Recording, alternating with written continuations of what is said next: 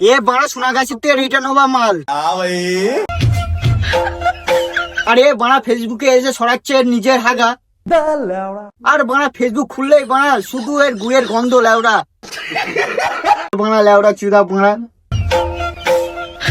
আর বাড়া তোর পেছনে গুজে দেবো বাড়া ঝাটের বাম লাগিয়ে আস্ত বাঁচের গুড়া। আচ্ছা বাড়া তোর পুটকিতে জন্ম নেবে আস্ত বাঁচের গুড়া।